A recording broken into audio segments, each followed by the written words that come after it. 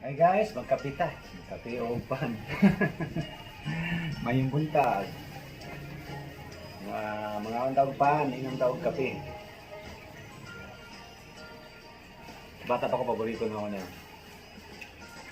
Binangkal.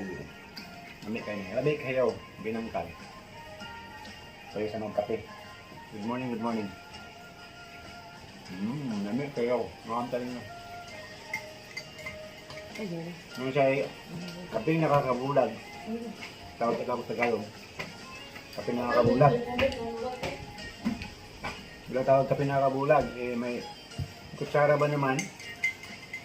Yung may tinimplahan ng kape, may kutsara, binigay sa kanya. Pagbigay, hindi na agad, napusok ng mata. Eh, tinawag doon kaping nakakabulag pag may kutsara. Eh, joke lang yan. So yan ang istorya daw niya ng kapeng nakakabulag ng may kutsara sa baso.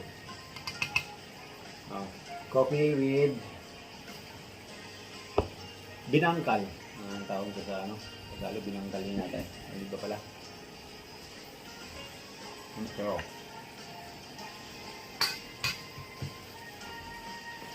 good morning, good morning.